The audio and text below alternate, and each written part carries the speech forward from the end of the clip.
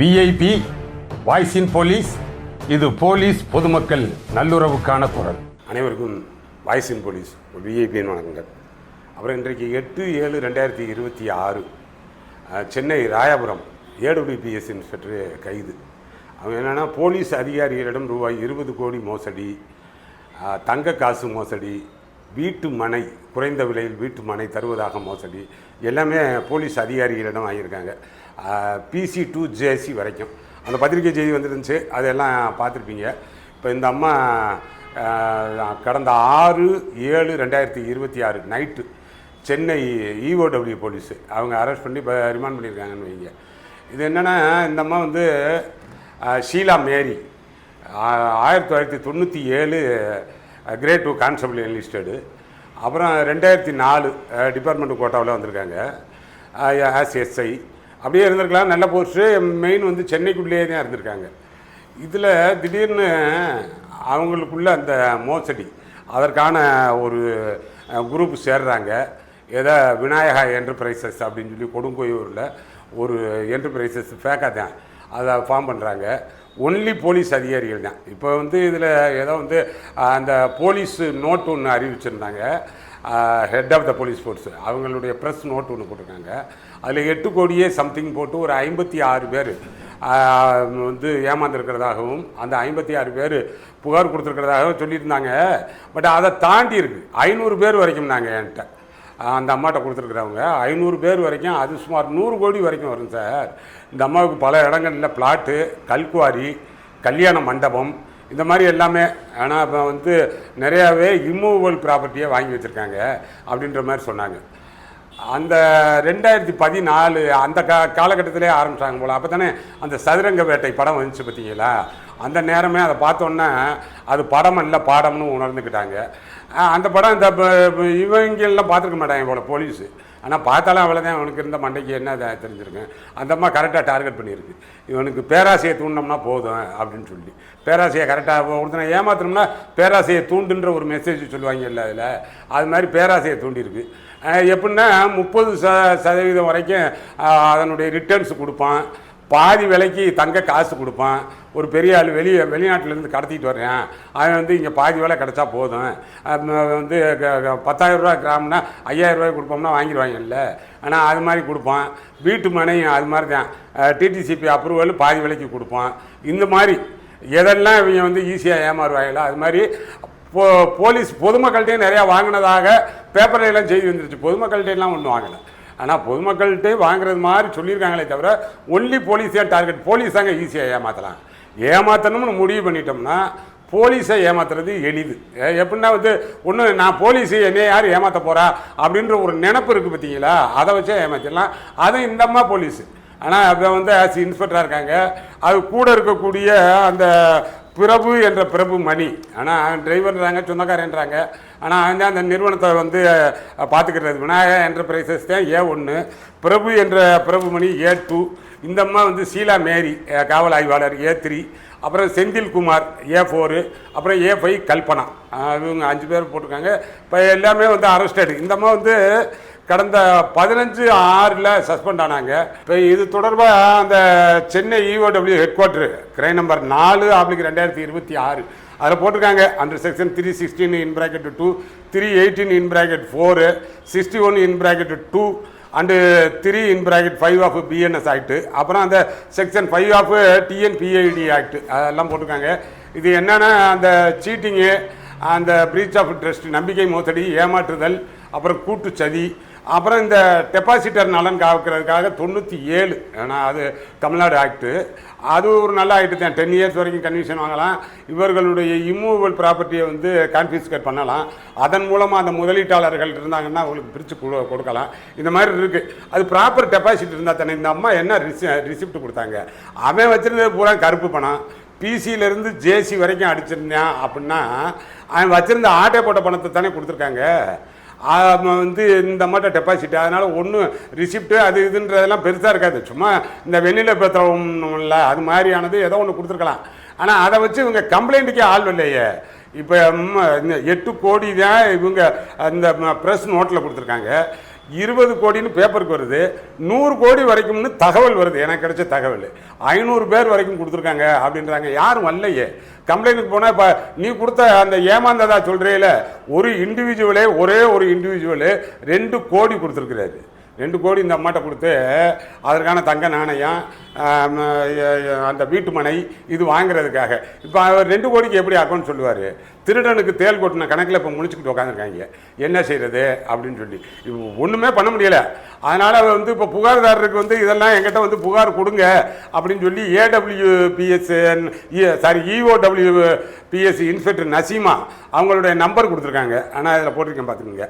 அந்த toll free number, EOWனுடைய head quarter ஆஃபீஸினுடைய toll free number, mobile number, landline number, அந்த அட்ரஸ்ஸு, அதனுடைய போஸ்டல் அட்ரஸ்ஸு PTCயில் தான் இப்போ இருக்குது. PTC சென்னை அசோக் நகரில் இருக்குது. அந்த அட்ரஸ் எல்லாம் கொடுத்துருக்காங்க.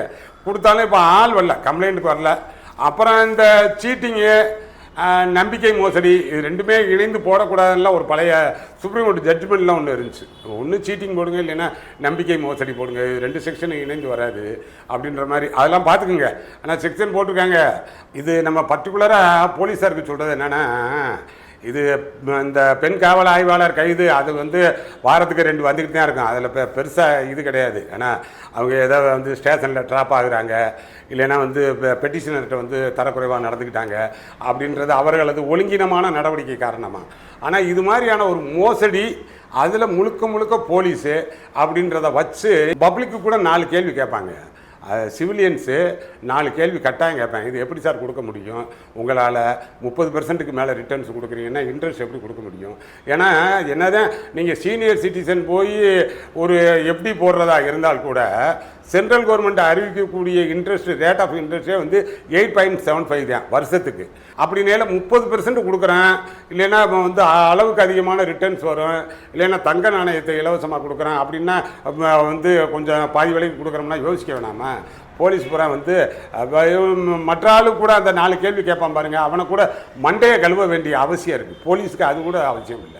மண்டையில் இருந்தால் தானே கழுவணும். இதுதான் சும்மா தானே இருக்கேன், இருந்தால் தான் கண்ணு முன்னாடி தெரியுது. இப்போ ஆளே கம்ப்ளைண்ட்டுக்கே வரல. வா வந்து சொல்லு. ஆனால் உன் காசு தானே 2 கோடி ரூபாயெல்லாம் விட்டுருக்கீங்கல்ல, வந்து சொல்லியா? இத்தனை நம்பர் கொடுத்துருக்காங்க, EOW இன்ஸ்பெக்டர் நம்பர் கொடுத்துருக்காங்க, ஆஃபீஸ் நம்பர் கொடுக்குறாங்க, லேண்ட்லைன் நம்பர் கொடுக்குறாங்க, ஆள் வரல. அதனால் இந்த அம்மா இப்போ இன்னைக்கு லெவலுக்கு எல்லா பத்திரிகை செய்தி எல்லாத்துலேயும் வந்திருக்கு. இப்போ இந்த அம்மா போட்டுக்கிட்டு பாருங்கள். ஆனால் அவ்வளோதாங்க, 1 மாதத்தில் மறந்து போயிருங்க. இந்த அம்மாவே வந்து ரொம்ப வசதி வாய்ப்பாக எவ்வளவோ சேர்த்து வச்சுருப்பாங்க. ஆனால் இது இப்போ டோட்டலாகவே நீங்கள் நடவடிக்கை எடுத்தாலும் சரி, removed from service, dismissed from service கூட வச்சுக்கோங்க, என்ன செஞ்சுருவீங்க? இந்தியாவில் இருக்கக்கூடிய சட்டத்துக்கு சீட்டிங்கு, நம்பிக்கை மோசடி என்ன எவ்வளோ நாள் உள்ளே வச்சுட போகிறீங்க? இருந்துட்டு கூட வருவாங்க. அதான் மொத்தம் உங்களுக்கு 35 வருஷம் டிபார்ட்மெண்ட்டில் சர்வீஸ் பண்ணால் 1 கோடி கொடுப்பீங்களா? அதெல்லாம் கிடையாது. 50 லட்சம் கிடைக்கிறது பெரும் விஷயம். GPF நிறையா ஏற்றி போட்டிருந்தால் கொஞ்சம் கிடைக்கும். மற்றபடி இந்த தான் அடிச்சிருக்காங்கல்ல, அதனால் அந்த கணக்கில் கூட இருக்கலாம். ஆனால் போலீஸ் ஏமாறுற பாரு, அதுதான் மிகப்பெரிய வருத்தமாக இருக்குது. EOWவில் வேலை பார்க்கக்கூடிய 6-7 போலீஸ், அதே இப்போ வழக்கு போட்டிருக்காங்கல்ல இந்த ஹெட் குவார்ட்டர் EOW சென்னை, அதில் வேலை பார்க்குற போலீஸுக்கு கட்டியிருக்காங்களாம்ப்பா, எனக்கு தகவல் சொல்கிறாங்க. அப்போ என்ன இருக்குது? EOWவில் வேலை பார்க்குறதுன்றது அவருக்கு வேலை தானே தவிர விவரத்துக்கெல்லாம் ஒன்றும் கிடையாது. அவர் அங்கே அந்த யூனிட்டில் வேலை பார்க்குறாரு, அவ்வளோதான். அப்புறம் யார் ஏமாத்தினாலும் போய் ஏமாந்து தான் வருவார். அதனால் அந்த இதுதான் உங்களுக்கு பேராசை தூண்டப்பட்டிருக்கிறது. எப்படி கொடுப்பார்கள், எப்படி வரும்? ஆனால் ஒரு IPS ஆஃபீஸர் ரேங்க்கு JC லெவலுக்கு இருக்கக்கூடியவர்கள் ஏமாந்தீங்கன்னா அப்புறம் யாரை போய் என்னத்தை சொல்கிறது? இது ரொம்ப இதுக்கு முன்னாடி அந்த PSCLன்னு ஒரு மிகப்பெரிய நாடு முழுவதும் வந்துச்சு. ஒரு 6 கோடி பேர் ஏமாந்தாங்க. ஆனால் ஒரு 20 வருஷத்துக்கு முன்னாடி PSCL எல்லா இடத்துலையும் இடம் கொடுப்பான் அப்படின்னாங்க. அப்புறம் சமீபத்தில் சொல்லணும்னா நிறைய அப்பக்கப்போ எல்லா நாடு முழுவதும் அங்கேயும் நடந்திருக்கு. சமீபத்தில் மதுரையில் ஓப்பன் பண்ண இது சொல்லணும்னா SS காலனி மதுரையில் தலைமையிடமாக கொண்டு நியோமேக்ஸ் தாங்க ரொம்ப பிரமாதமான இது. 2023 அதுக்கு வெளிச்சத்துக்கு வந்தாங்க. அதில் பார்த்தோம்னா 1866 கோடி டோட்டலாக மோசடி பண்ணதா மதுரை EOWவில் கணக்கு கொடுத்தாங்க. 14,000 பேர்கிட்ட வந்து முதலீடு வாங்கினது. இதே தான் கவர்ச்சிகரமாக கொடுக்குறது, 30% கொடுக்குறது, இடம் வாங்கி கொடுக்குறேன்றது, அங்கே கொடுக்குறோன்றது, இதே தாங்க. இதுதான் இவங்களுக்கு கவர்ச்சி திட்டம். இது யோசிக்க வேணாமா? இந்த மாதிரி ஒருத்தனால கொடுக்க முடியுமா? ஆனால் கொடுப்பாங்க. அந்த எடுத்த உடனே இனிஷியல் ஸ்டேஜில் கொடுக்குறாங்க பார்த்தீங்களா? அதெல்லாம் என்னென்னா அவங்க தான் விளம்பரதாரர் மாதிரி. அவன் சொல்லுவான்ல, சொந்தக்காரனுக்கு அவன் மச்சனனுக்கு அவனுக்கு ஃபோன் பண்ணி இவனுக்கு ஃபோன் பண்ணி வச்சுருக்க காசை கொடு, ரிட்டையர்ட் ஆனால் மொத்த காசையும் கொடு, இவன்ட்ட கொடுத்தோம்னா அழகாக வந்துக்கிட்டு இருக்கேன், டபுள் பென்ஷன் மாதிரி உனக்கு வரும் அப்படின்னு சொல்லி. ஆனால் இதெல்லாம் நீங்கள் தெரிஞ்சுக்கிறதுக்காக தான் இந்த அம்மா போகிறாங்க, வேலையும் போச்சு, எல்லாம் போச்சு, கேவலப்பட்டுச்சு, அதெல்லாம் விட்டுருங்க. சீட்டிங் ஷீலா அப்படின்றது ஒவ்வொரு காலகட்டத்திலையும் உருவாகிறார்கள். நம்ம தான் கவனமாக இருக்கணும். ஆனால் பாருங்கள், இப்போ 2026 இப்போ தானே வந்து இந்த கவர்மெண்ட்டு வந்து கேஸ் போட்டிருக்காங்க, வெளிச்சத்துக்கு வந்திருக்குன்னு கூட வச்சுக்கோங்க. இது 2023லேயே வந்து அந்த முதலீட்டாளர்கள் தான் ஏமாற்றப்பட்டு விட்டோம் அப்படின்றத உணர ஆரம்பிச்சிட்டாங்க. ஏன்னா அவங்களுக்கு அந்த தங்க காசும் கிடைக்கல, இடமும் கிடைக்கல, ரிட்டர்ன்ஸுக்கு முறையான பதிலும் கிடைக்கல. அந்த பிரபு என்ற பிரபுமணி தான் பதில் சொல்லிக்கிட்டு இருக்காப்புல. எப்போ ஆஃபீஸுக்கு போனாலும் அதான் சொல்லுவாங்க. இல்லை, அந்த ஏமாத்துறவன் ரொம்ப தெளிவாக பதில் சொல்லுவேன். சார், நான் வந்து உங்களை ஏமாத்தணும்னு எனக்கு எந்த அவசியம் இல்லை. அந்த வெளிநாட்டில் இருந்து தங்கம் கொண்டு வந்து இப்போ நம்ம எல்லாருக்கும் கொடுக்கறதுக்கு எனக்கு தொடர்பில் இருந்தார் பார்த்தீங்களா, அவர் ஒரு பெரும் தொகையை வாங்கிட்டு என்னை ஏமாற்றிட்டார். ஆனால் அதனால் வந்து அவர் என்னை ஏமாற்றிட்டாருன்றதுக்காக நான் உங்களை ஏமாத்துறதுக்கு ரெடி இல்லை சார். அதெல்லாம் வந்து இப்போ அவர் என்னை ஏமாற்றிட்டு போகிறாரு, அதை விடுங்க சார். ஆனால் நமக்கான கம்பெனி விநாயகா என்டர்பிரைசஸுக்கான கம்பெனிக்கான சொத்து இருக்குது, அதை விற்று கூட நான் உங்களுக்கு கொடுத்துருவேன் இப்படின்னு சொல்லியே ஓடிட்டு வந்துக்கிட்டு இருக்காங்க. ஆனால் இந்த மாதிரிலாம் சொல்லிக்கிட்டா அதனால் கடந்த 3 வருஷமாக என்ன, இதற்கு முன்னாடி இவங்க நடவடிக்கை எடுத்திருந்தால் கூட இந்த அளவுக்கு வழக்கு ஆகி இது பிரபலம் ஆகிருக்குமா என்னன்றது கூட தெரியல. ஏன்னா அந்த ஆட்சி இதுகளில், ஏன்னா இந்த நியோமேக்ஸ் அப்படி தான் இருந்துச்சு. நியோமேக்ஸில் ஏகப்பட்ட சொத்தெல்லாம் இது பண்ணாங்க. திடீர்னு விசாரிச்சுக்கிட்டு இருந்த ஒரு டைரக்டர் டிஎஸ்பி 2023 ஒரு உமன் டிஎஸ்பி விசாரித்தாங்க மதுரையில். அவங்க என்ன ஏதுனே தெரியாமல் மாற்றப்பட்டாங்க. அப்புறம் விசாரிக்கையில் அரசியல் தலையீடு அதுக்குள்ளே நிறையா உள்ளே வந்துருச்சுங்க. ஆமாம், 2000 கோடி வரைக்கும் அடிச்சிருக்கிறவன் அரசியல்வாதியை பிடிக்க மாட்டானே, அதை பிடிச்சி கொண்டு வந்துடுவேன். அதே மாதிரி அந்த 2023 ஏதோ வந்து புகைச்சல் கிளம்பி இருந்திருக்கும். ஆனால் அரசியல் ரீதியான அழுத்தம் காரணமாக இந்த மாதிரி தொடர்ந்து இந்த சென்னை சிட்டிக்குள்ளேயே நல்ல இடங்களில் தானே வேலை பார்த்துக்கிட்டு வந்திருக்காங்க. அதனால் எதுவும் இல்லாமல் இருந்திருக்கலாம். இப்போ இந்த மாற்றம் வந்து ஆட்சி மாற்றம் வந்து இந்த அந்த முதலீட்டாளர்களுக்கான ஒரு வசதியாக வழக்கு கொடுக்கறதுக்கு ஆயிருக்கலாம். ஆனாலும் ஏமாந்தவர்களே நிறைய வரலையா, அது என்ன பண்ண போறீங்களோ தெரியல. என்னைய பொறுத்த வரைக்கும் அவன் ஏமாந்து தொலையட்டும்னே நினைக்கிறேன். இந்த மாதிரி அவன் 500 பேர் இல்லை 100 பேர் இல்லை கம்ப்ளைண்ட் கொடுத்தோம்னாலும் 2 பேர் கம்ப்ளைண்ட் கொடுத்தாலும் உள்ளே போயிடும், அது வேற விஷயம். ஆனால் இந்த 500 பேர் ஏமாந்துட்டாங்க, 100 கோடி ரூபா வரைக்கும் ஏமாந்துட்டாங்க அப்படின்னு சொல்லி போலீஸ்கிட்ட அடிச்சது அப்படின்றாங்களே, தொலையட்டும்ன்றேன். சும்மா ஆட்டை போட்டது தானே. ஏன்னா உன் சம்பாத்தியத்தையா போய் கொடுத்துருப்ப, கருப்பு பணத்தை கொடுத்துருப்ப, அந்த கருப்பு பணத்துக்கு மேற்கொண்டு கந்து வட்டி கிடைக்கும்னு சொல்லி போய் கொடுத்துருப்ப, அப்போ ஏமாந்துட்டு போ அப்படின்ற கணக்கு தான். ஆனால் தயவு செய்து உழைத்து சம்பாதிக்கக்கூடிய நியாயமான முறையில் வருமானம் வரக்கூடிய அந்த காவல்துறையினர் இது போன்ற மோசடி பேர் வழி நம்மளுக்குள்ளேயே நம்ம அலுவலகத்துக்குள்ளேயே உட்காந்துக்கிட்டு இருக்கான். அதெல்லாம் கவனமாக பார்த்துக்குங்க அப்படின்றதுக்காக தான் இந்த விழிப்புணர்வுக்கு இந்த பதிவு. பாருங்கள், அடுத்தடுத்த நல்ல பதிவுகளில் பார்ப்போம். நம்ம சேனலில் இன்னும் சப்ஸ்கிரைப் பண்ணலைன்னா சப்ஸ்கிரைப் பண்ணிக்கோங்க. வணக்கம்.